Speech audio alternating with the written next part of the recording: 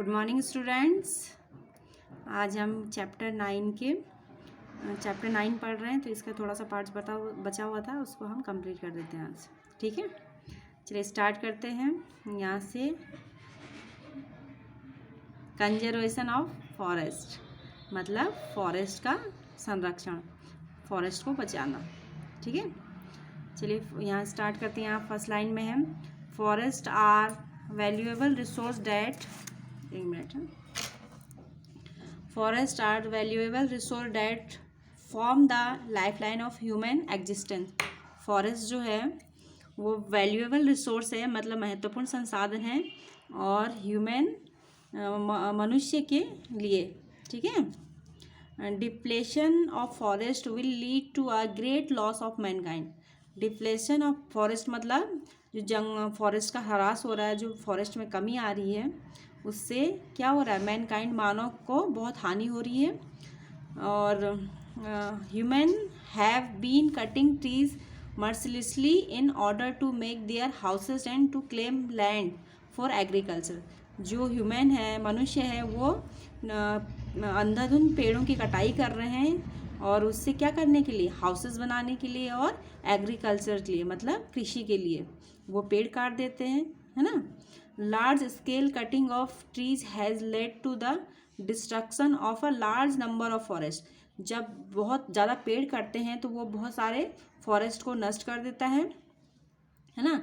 और destruction of forest due to the cutting of trees is known as deforestation, और इसी को deforestation बोलते हैं। मतलब जब पेड़ की कटाई होती है, पेड़ों के काटने को डिफॉरेस्टेशन बोलते हैं। ठीक है, यहाँ से टू कंजर्व आवर फॉरेस्ट, अपने फॉरेस्ट को बचाने के लिए we have to stop cutting trees, हमको क्या करना पड़ेगा, पेड़ों को काटना बंद करना पड़ेगा। New trees must be grown on the deforested lands to reclaim them, और जहाँ पे पेड़ कटे हुए हैं वहाँ पे नए पेड़ उगाने पड़ेंगे, नए पेड़ लगाने पड़ेंगे। दिस इज कॉल्ड रीफॉरेस्टेशन, और इसको रीफॉरेस्टेशन बोलते हैं। ठीक है, डिफॉरेस्टेशन किसको बोलते हैं, पेड़ के काटने को डिफॉरेस्टेशन बोलते हैं, और जो पेड़ों को लगाना है, जब पेड़ लगाते हैं तो उसको रिफॉरेस्टेशन बोलते हैं। Okay, people should be made aware of the harm of destroying forest and encourage to save the trees and forest. मतलब पीपल, लोगों को खुद ही अवगत होना पड़ेगा जो पेड़ों की कटाई से जो हमें हार्म्स होती, हानि होती है, और और पेड़ लगाने के लिए क्या करना पड़ेगा, इनकरेज करना पड़ेगा। ठीक है, इनकरेज मतलब प्रोत्साहित करना पड़ेगा, जिससे कि पेड़ों को बचाया जा सके, फॉरेस्ट को बचाया जा सके। Van Mahotsav is celebrated every year. Van Mahotsav जो है वो हर साल मनाया जाता है at the beginning of the monsoon, और बिगिनिंग ऑफ द मानसून मतलब मानसून के स्टार्ट होने से पहले, to spread awareness about the same, और इसके अवेयरनेस को बढ़ाने के लिए many trees are planted during this festival, और इस फेस्टिवल में बहुत सारे ट्रीज लगाए जाते हैं। यहाँ देखिए फैक्ट फाइल है, इसमें लिखा है the Chipko movement was started in 1973 by Sunderlal Bahuguna. इसका मतलब है जो चिपको मूवमेंट था, चिपको आंदोलन था, वो 1973 में स्टार्ट हुआ था, और किसने स्टार्ट करा था, सुंदरलाल बहुगुणा ने। ठीक है, the villager use to hug trees in order to save them from being cut. मतलब इसमें जो पीपल लोग थे, उन्होंने पेड़ों को मतलब उन पे पेड़ों को गले लगाया था, जिससे कि वो पेड़ों की कटाई को रोका जा सके। ठीक है, चलिए टर्न करते हैं पेज। यहाँ पे पेज नंबर 66 है, वो 65 था। और यहाँ देखिए, यहाँ पे लिखा है कंजर्वेशन ऑफ वाइल्ड लाइफ। अभी हमने कंजर्वेशन ऑफ फॉरेस्ट पढ़ा था, अब हम कंजर्वेशन ऑफ वाइल्ड लाइफ पढ़ रहे हैं। मतलब वन्य जो जीव होते हैं उनका संरक्षण कैसे करेंगे, उनको कैसे बचाएंगे। Indian forest are home to a large variety of animals. जो इंडियन फॉरेस्ट है उसमें बहुत सारी वैरायटी होती है एनिमल्स की, अलग अलग तरह के एनिमल्स पाए जाते हैं उसमें। In the past people hunted wild animals. पहले लोग क्या करते थे, एनिमल्स को मारते थे, एनिमल्स का शिकार करते थे, जानवरों का शिकार करते थे discriminately, which led to the extinction of many animals from our country. इससे क्या हुआ, बहुत से जानवर जो अंधाधुंध इनको मारते थे, उससे क्या हुआ, जो जानवर, बहुत सारे जानवर विलुप्त हो गए, मतलब ख़त्म होने लगे। ठीक है, तो इसको बचाने के लिए क्या करना पड़ा, फिर हमारे देश के बहुत सारे जो एनिमल्स थे वो विलुप्त होने लगे, मतलब ख़त्म होने लगे। लाइक द इंडियन चीता, जैसे कि इंडियन चीता एंड द इंडियन औरोज। ठीक है, ये जो एनिमल्स थे वो क्या हो गया, ख़त्म होने लगे।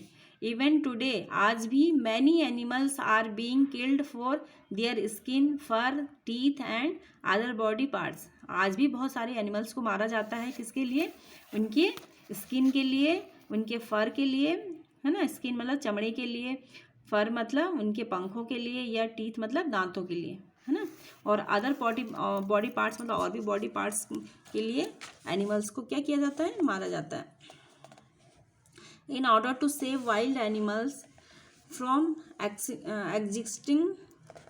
Extinction to government has created many wild life sanctuaries and animals parks. मतलब इन एनिमल्स को बचाने के लिए गवर्नमेंट ने बहुत सारे वाइल्ड लाइफ सेंचुरीज बनाई है और नेशनल पार्क्स बनाए हैं।